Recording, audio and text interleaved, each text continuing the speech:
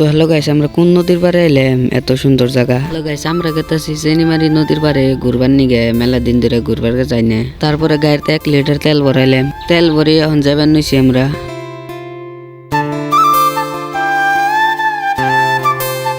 আধা দূর পাই নাই, তার আগে বৃষ্টি নামলো।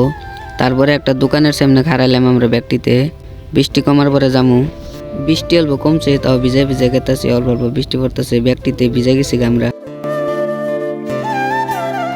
তারপরে ফাইনালি বৃষ্টির মধ্যে ভিজার পরে পাইলাম চেনিমারি। তো আয়া দি ভেঙে গেছে গা। অল্প জায়গা আছে, আগে কত বড় আছে, আলোন ভেঙে গেছে গা। তো জায়গাটা বেশি বড় না, দেখুন ছোটো মোটো জায়গা।